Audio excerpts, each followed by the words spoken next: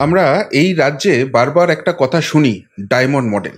যে diamond model মানে আমাদের বোঝানো হয় যে চারিদিকে উন্নয়নের জোয়ার একদম ভেসে যাচ্ছে এবং মানুষ প্রচণ্ড রকম খুশি আছে, এবং সেই ডায়মন্ড যা ভাবে তা পরবর্তীকালে পরের দিন গোটা বাংলা ভাবে, আর তার পরের দিন নাকি গোটা ভারতবর্ষ ভাবে।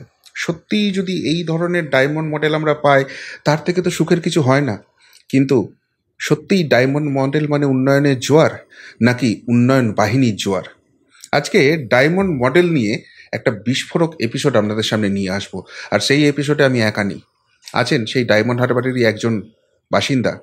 তার পরিচয় জানাবো এবং তার পরিবারের সঙ্গে উন্নয়ন বাহিনী ঠিক কী করেছে সেই ছবি আপনাদের সামনে নিয়ে আসবো। আমার সঙ্গে রয়েছেন এমন একজন যার পরিচয়টা আপনাদের সঙ্গে করিয়ে দিই। ম্যাডাম, প্রিয় বন্ধু মিডিয়াতে আপনাকে ওয়েলকাম। আপনার নাম এবং পরিচয়টা যদি একটু জানান আমার দর্শকদের। আমার নাম পিয়ালি মাইতি। আমি আইনজীবী, কলকাতা হাইকোর্টে আমি প্র্যাকটিস করে থাকি এবং সাব ডিভিশন কোর্টে আর বিভিন্ন ডিস্ট্রিক্ট কোর্টে আমি প্র্যাকটিস করি।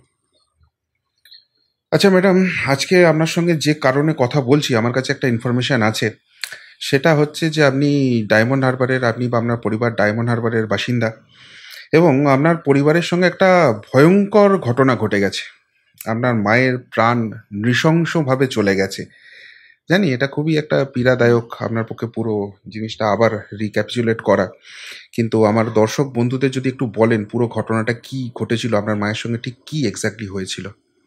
ঠিক এই পুজোর আগেটার, পুজোর শুরুকালীনের সময় 19 অক্টোবর এরকম 2023-এ মায়ের উপর অ্যাকচুয়ালি ওখানে হামলা করা হয়, বা আমাদের দেশের বাড়ি যেখান থেকে আমি মাতারের কাছে।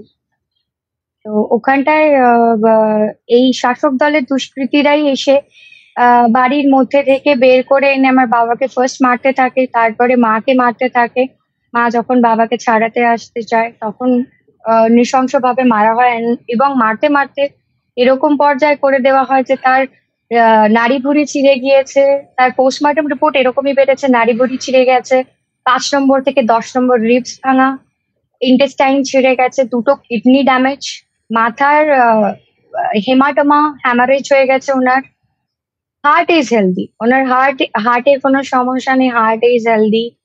আমরা তো ভেবেছিলাম অন্যই কিছু হয়েছে বা কিছু একটা, বুঝতেই পারিনি কি হয়েছে। আমি কলকাতা শহরে ছিলাম না তখন, আমি ছিলাম বাইরে। আমার রাস্তায় টাইম লেগেছে কলকাতাতে, বাট আমি এসে গেছি ঠিক সময়ের মধ্যে। বাট যতক্ষণে আমি এসেছি হসপিটালে ঢোকানোর আগেই উনি শেষ নিঃশ্বাস ত্যাগ করে দিয়েছিলেন। আর উনিও আইনজীবী ছিলেন, কলকাতা হাইকোর্টে প্র্যাকটিস করতেন। সাথে সাথে উনি বিজেপির রাজ্য সভাপতি ছিলেন কৃষি বিভাগে। আর সাথে সাথে উনি আরএসএস এবং বিশ্ব হিন্দু পরিষদের সাথেও যুক্ত ছিলেন। বাবা এবং মা, বাবা ডাক্তার, বাবা অনেক ফ্রি মেডিকেল ক্যাম্পস নিজে করে এসেছেন, কোনো সরকারি কোনো কিছু হেল্প ছাড়া, সাহায্য ছাড়াই করেছেন দুজনে। আমি নিজে ছোট থেকে দেখছি, আমি আর আমার দিদি, যে বাবা আর মা প্রচন্ড এই গরিব দুঃখীদের ভীষণভাবে উনি হেল্প করেছেন। ওনারা নিজেদের ফ্রি মেডিকেল ক্যাম্পস, মা অনেক ফ্রি লিগাল ক্যাম্পস করেছেন, এরকম যে ওনারাও গরিব দুস্থরা যারা এই সুযোগ সুবিধাগুলো ভোগ করতে পারেন না, বা আমরা অনেক সময় হচ্ছে সরকারি এই জিনিসগুলো আমাদের দেওয়া সত্ত্বেও আমরা এই জিনিসগুলোর সৎকার করতে পারি না, বা সামহাও এই জিনিসগুলো মিসিং হয়ে যায়। তো বাবা মা সেটা করার চেষ্টা করেছেন। তো ছোট থেকে এইসব দেখেছি, তারপরে আমারই বাড়িতে যখন এরকম একটা ঘটনা ঘটে গিয়েছে, তো জিনিসটা একদমই মানার মতো নয়। না, এখানে আর একটা জিনিস আমি বোঝার চেষ্টা করছি, সেটা হচ্ছে যে যেটুকুনি বুঝলাম আপনার মা এবং বাবা দুজনেই সমাজসেবী এবং সাধারণ মানুষের একটা ভালো করার চেষ্টা করেন, এবং বিজেপি বা আরএসএস এর সঙ্গে তারা সংশ্লিষ্ট আছেন বা ছিলেন। তো সেটাই কি এই আক্রমণের কারণ? এইভাবে নৃশংস আক্রমণটা হলো কেন? হ্যাঁ, এটা অনেকটা আমি বলবো রাজনৈতিক প্রভাবের জন্য। যেহেতু তারা এই বিজেপি বা আরএসএস বা বিশ্ব হিন্দু পরিষদ, এই এই সংস্থার সাথে, এই সংস্থা পার্টিকুলারলি এই জিনিসটার সাথে যুক্ত থাকার জন্য যেটা হয়েছে বেসিক্যালি, সেটা একটা বড়ভাবে প্রভাব ফেলেছে। কারণ এই বছর যে এই যে নির্বাচন, এই নির্বাচনের সময় মা অনেকটাই আর কি আহ, গুরুত্বপূর্ণ ভূমিকা করতে পারতেন মথুরাপুর লোকসভায়। তো সেখানটায় দাঁড়িয়ে কি আমার মনে হয় যে এটা শাসক দলের কাছে একটা ভয় ভীতি বা সামহাও একটা সন্ত্রাসের একটা ছায়া ফেলে দিয়েছিল ওদের মধ্যে।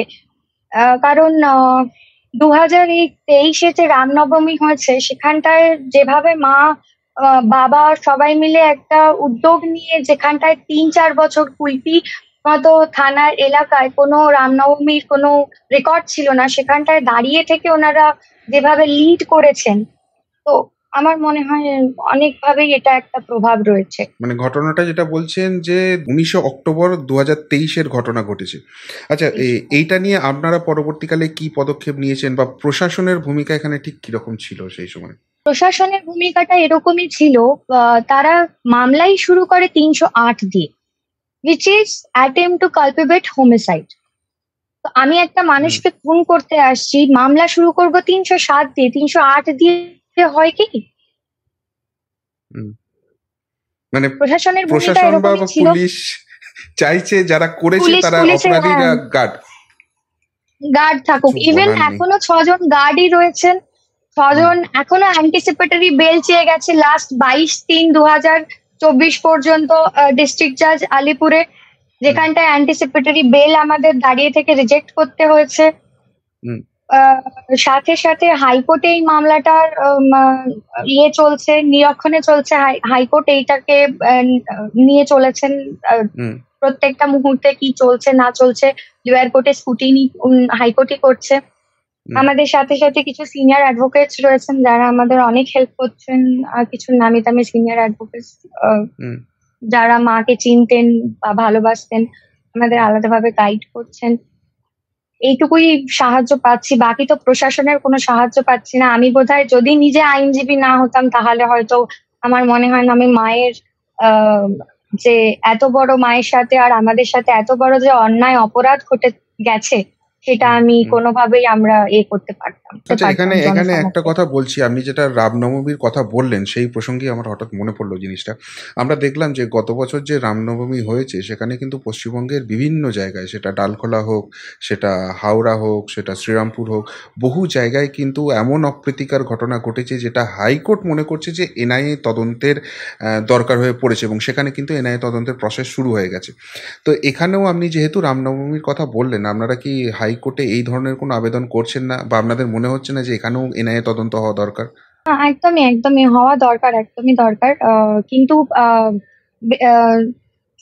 বেসিক্যালি যেটা হচ্ছে যে আমাদের মামলাগুলো চারিদিকে এমন যেভাবে ঘেটে রয়েছে, আর 12 জন যেখানটায় আসামি রয়েছেন, সেই 12 জনকে আমরা কনভিকশনে নিয়ে যাওয়ার জন্য যে একটা কি বলে স্ট্র্যাটেজি করেছি, সেই স্ট্র্যাটেজিটা আমার মনে হয় কোথাও গিয়ে একটা হয়ে যেতে পারে। তো এনআই যদি এখানটায় আমরা যদি আমরা চেষ্টা করব একটা পিটিশন দিয়ে যদি করা যায় যে এটা যদি এনআই বা সিবিআই তদন্ত করা যায়, কারণ তদন্ত তো সেরকম ভাবে হয়নি। মামলা স্টার্টই হয় 308-এ, মামলা শুরুই করা হয় 304-এ, যেখানটা হাইকোর্ট হস্তক্ষেপ করে 302 আলাদাভাবে দিয়েছে। আচ্ছা, এই যে ঘটনাটা, আক্রমণের ঘটনাটা ঘটেছিল, তারপর কি সব থামথুম, মানে এইসব মামলা টামলার জন্য বর্তমান পরিস্থিতিটা ঠিক কি রয়েছে আপনার পরিবারের সঙ্গে বা আপনার সঙ্গে? না, একদমই নয়, একদমই নয়।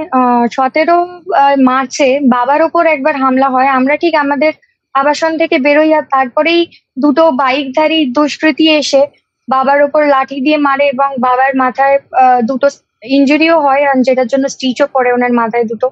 পরবর্তীকালে আমরা এসএসকেএমে নিয়ে গিয়ে ওনাকে ট্রিটমেন্ট করাই। তো প্রত্যেকটা মুহূর্তেই পদক্ষেপের মধ্যেই আমি কোর্ট চত্বরে হোক বা আমি আমার ফ্ল্যাট থেকে বেরোই বা আমার গাড়ি ভেঙে দেওয়া হয়েছে আমার আবাসনের মধ্যে, একটা গেটেড সিকিউরিটি কমপ্লেক্স যার মধ্যে আমি থাকি, আমি মেনটেনেন্স পে করে রয়েছি এতদিনের, তারপরেও আমার গাড়ি এসে ভেঙে দেওয়া হয়, নতুন গাড়ি।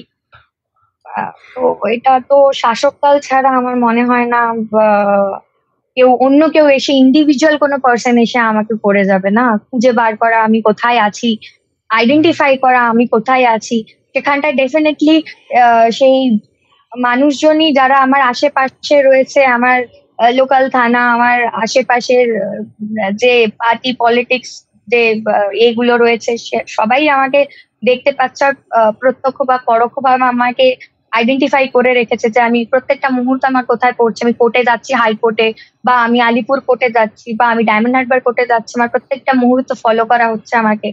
না হুম। হলে এরকম 17ই মার্চে এরকম একটা দুর্ভাগ্যজনক ঘটনা আমার বাবার সাথে ঘটে যেতে পারতো। না, আমি অবাক হয়ে যাচ্ছি। আমরা ডায়মন্ড মডেল মানে যে প্রচার যে প্রসার শুনি, যে উন্নয়নের জোয়ারে সবাই ভেসে যাচ্ছে, সেখানে আপনি নিজে আইনজীবী, আপনার মা তিনিও আইনজীবী ছিলেন, আপনার বাবা ডাক্তার, তারা সমাজসেবা করেন, এরকম একটা রেপুটেড ফ্যামিলি, তাকে এসে এইভাবে নৃশংসভাবে হত্যা করে দেওয়া হলো, আপনার বাবার উপর এইভাবে অ্যাটাক করা হলো, আপনার গাড়ি ভাঙচুর করা হলো। তো আপনি একটা গেটেড কমিউনিটিতে থাকেন, তার উপরে বললেন যদি আপনাদের সুরক্ষা এরকম হয়, এইভাবে একজনের প্রাণ চলে যায়, তাহলে ডায়মন্ড হারবারের সাধারণ মানুষ তাহলে কিভাবে আছেন?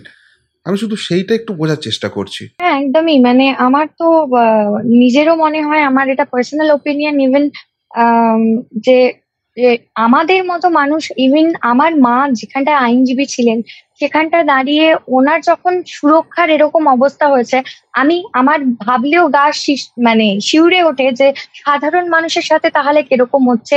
যারা আইন সম্বন্ধে হয়তো যাদের কম পড়াশোনা রয়েছে, বা যারা আইন সম্বন্ধে হয়তো কম জানেন, তাদের এরা তাহলে কিরকম চরম বিপর্যয়ের রাস্তায় এদের ফেলে দেওয়া হচ্ছে, মানে সাধারণ মানুষকে। এই শাসক দলের বলবো লোকজন, বা আমি বলবো প্রশাসনের লোকজন। কারণ আমরা সবাই জানি, আমরা যদি আজকে থানায় এফআইআরও করতে যাই, তো সেখানটা একটা এফআইআর নর্মালি একটা থানার পুলিশ অফিসার বা কেউ নিতে চায় না। হেন্স আমাদের হুম। সুপ্রিম কোর্টের রুল আছে, থানায় এফআইআর করতে গেলে একটা মানুষকে, নর্মাল মানুষকে, তার কথা পুলিশ শুনবে বা এফআইআর নেবে, অথবা আমি ইমেল করে দিলে সেটাকে এফআইআর হিসেবে আর জিডি হিসেবে ট্রিট করা হবে। হুম। হুম। বাট এরকম ভাবে আমাদের কোনো কিছুই দেখা হচ্ছে না। আহ, হুম। তাই না? মানে একটা প্রতিটা নিয়ত যতক্ষণই যাওয়া হচ্ছে, যতক্ষণই জানা হচ্ছে যে একটা শাসক দলের সবসময় একটা দাপিয়ে রাখার বা একটা জিনিসকে ডমিনেট করার একটা আমি প্রবণতা দেখে চলেছি, আমার মনে হয়। না, আমি পুরো ঘটনাটা শুনে যেটা বুঝলাম যে এই রাজ্যে বোধহয় বিরোধিতা করা বা বিরোধী মত পোষণ করা এটাই বোধহয় অপরাধ, এবং সেই জন্যই আপনার পরিবারের উপর এরকম নৃশংস একটা অত্যাচার চললো।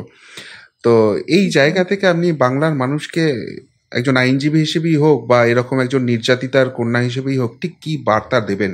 সত্যি কি বিরোধিতা করা এই রাজ্যে সমীচীন, নাকি ভয়ে ঘরে কুঁকড়ে বসে থাকতে হবে? না, একদমই না। ভয়ে কেন ঘরে কুঁকড়ে বসে থাকবেন? তাহলে আমি 5 মাস আমার মতো একটা বাচ্চা মেয়ে, আমার বাড়িতে দিদি ছাড়া আমার তো বা দাদা ভাই কেউ নেই, তো আমিও ভয়ে কুঁকড়েই বসে থাকতাম।